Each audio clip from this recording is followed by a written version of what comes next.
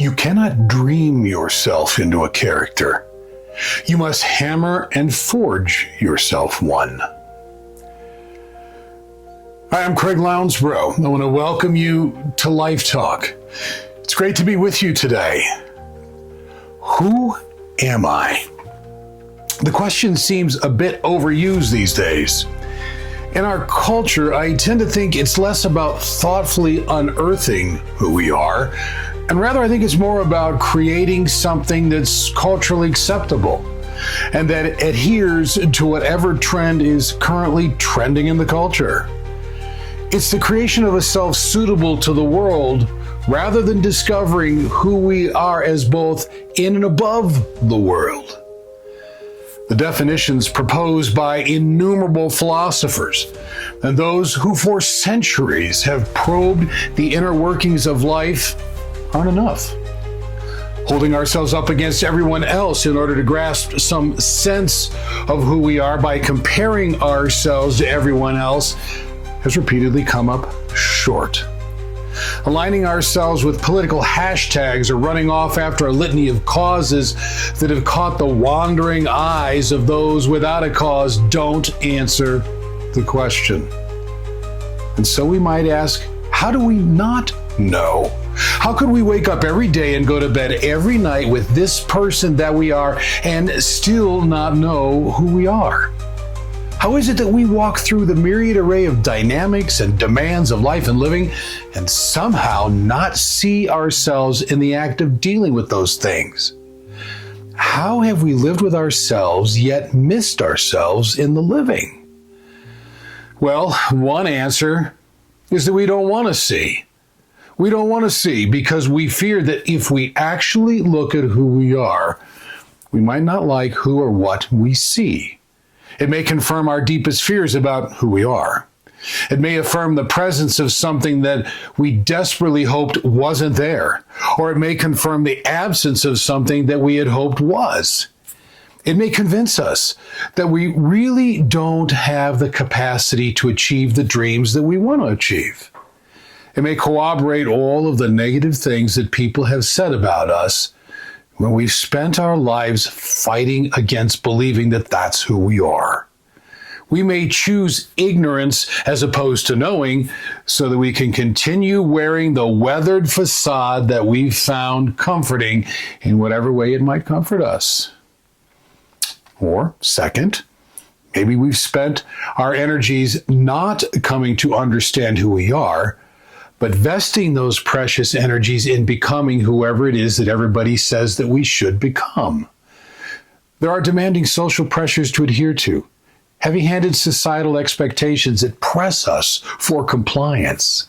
There are those who are committed to whatever politically correct agenda they're committed to, who are easily aroused and readily inflamed to rage should we refuse alignment with their agendas.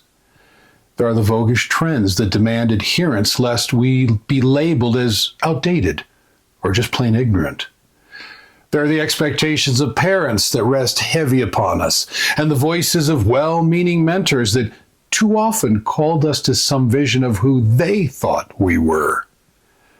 Therefore, we don't have the time to see ourselves because we were spending our time trying to become another self.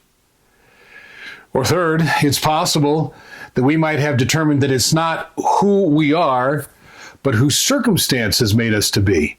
Abuse as a child, bullying at the hands of thoughtless people bent on propping up their own fragile insecurities at our expense. Jobs lost in acquisitions that sacrificed employees on the cold altar of budget and profit. Marriages that collapsed at the hands of spouses who decided that the trade-off for personal agendas as held against the life of a marriage and a family was legitimate. Enemies that we mistook for friends who slowly circled around behind us and stabbed us in one of the many ways that people stab others. For us, these answered the question, who am I? Or fourth, we don't feel that there's any identity to discover, that somehow we are the embodiment of a bunch of nothing that will only add up to nothing. That because there's nothing there, the need for some sort of pursuit becomes unnecessary and embarrassingly ridiculous. We are what we already know, despite how little that might be. Somehow we ended up at the shallow end of the gene pool, or we showed up late when things were being handed out. We got to rummage through the leftovers, or we were looked over. There was no motivation to develop anything along the way, or the opportunities to do so simply never came our way.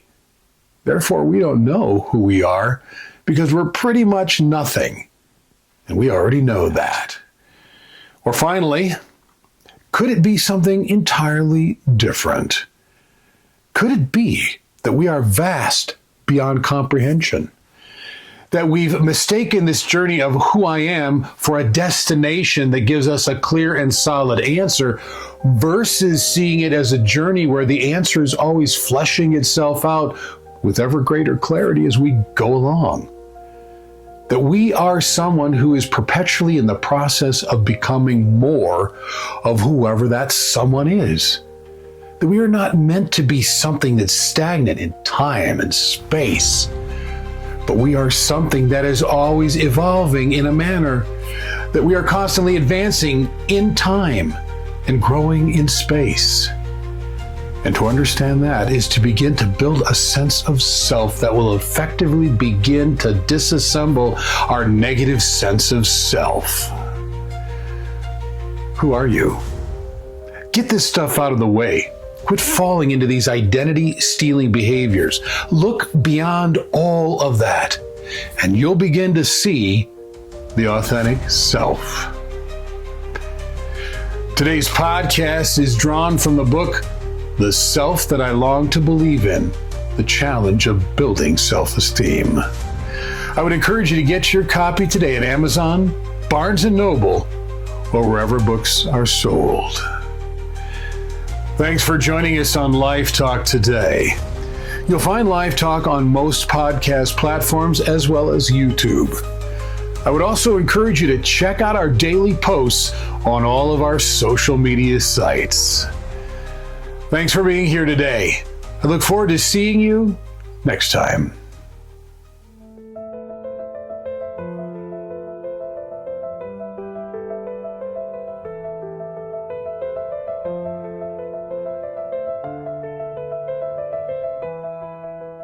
Our self-esteem is not diminished by the power of the people around us.